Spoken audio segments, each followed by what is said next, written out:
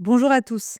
Vous avez sûrement déjà entendu parler du fact-checking, la vérification des faits. À la télévision, à la radio, sur les réseaux sociaux, ils sont nombreux ceux qui décident de dire absolument n'importe quoi, puisque sans contradiction instantanée, sans démenti immédiat, ils se sentent impunis et libres de défendre un point de vue en le faisant passer pour des faits objectifs.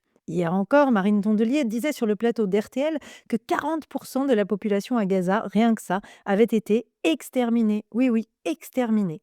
Tout est faux dans cette assertion, elle s'en est d'ailleurs excusée aujourd'hui, mais le chiffre de 40% et l'extermination, bien sûr, ont bien été prononcés.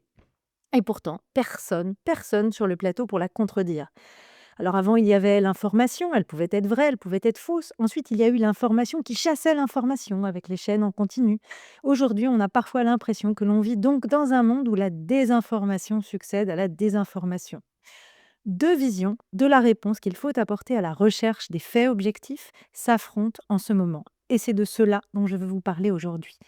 Celle européenne de la régulation, celle des fact-checkers qui essayent tant bien que mal, souvent avec quelques heures ou quelques jours de retard, et parfois aussi avec erreur, puisque l'erreur est humaine, parfois donc aussi avec erreur de contredire les menteurs de plateaux et de réseaux. Ils font un travail difficile, ces fact-checkers, et la moindre erreur leur est fatale. Quand on s'érige en maître à penser, il faut être irréprochable. Et personne ne l'est. Personne ne peut l'être, d'ailleurs. Et puis, que se passerait-il si notre démocratie venait à ériger une certaine idéologie en fact-checking? Est-ce que nous nous rendrions compte de cela? Peut-être, peut-être pas. En tout cas, on serait piégé.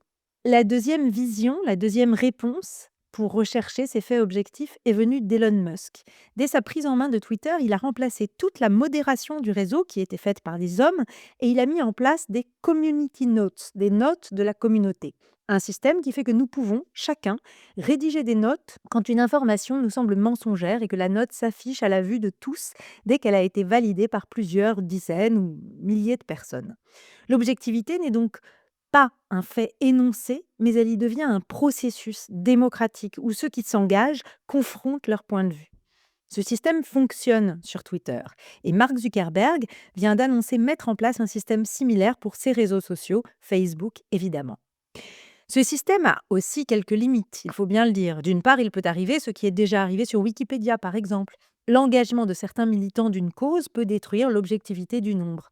D'autre part, on voit l'extrême gauche, c'est-à-dire ceux qui étaient parfois très ciblés par les notes de la communauté, il faut bien le dire, quitter Twitter pour d'autres réseaux, au motif qu'Elon Musk en aurait fait un réseau d'extrême droite. Or, il ne serait pas souhaitable que trop de gens ne supportent plus d'être confrontés à d'autres idées que les leurs et qu'en fonction de ces idées politiques ou sociétales, on se retrouve sur tel ou tel réseau sans pouvoir communiquer avec les autres. À tout prendre, il ne suffit sans doute pas des notes de la communauté pour rendre le monde meilleur, bien sûr, ni convaincre les gens des faits établis, mais le système algorithmique d'Elon Musk n'est en tout cas pas d'extrême droite.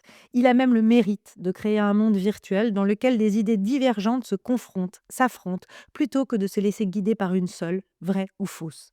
La régulation, elle, est utile, mais doit rester à sa place. Elle n'a pas à intervenir en amont des idées diffusées mais bien en aval, si elle contrevenait aux lois contre l'incitation à la haine, par exemple. Allez, bonne semaine sur RCJ.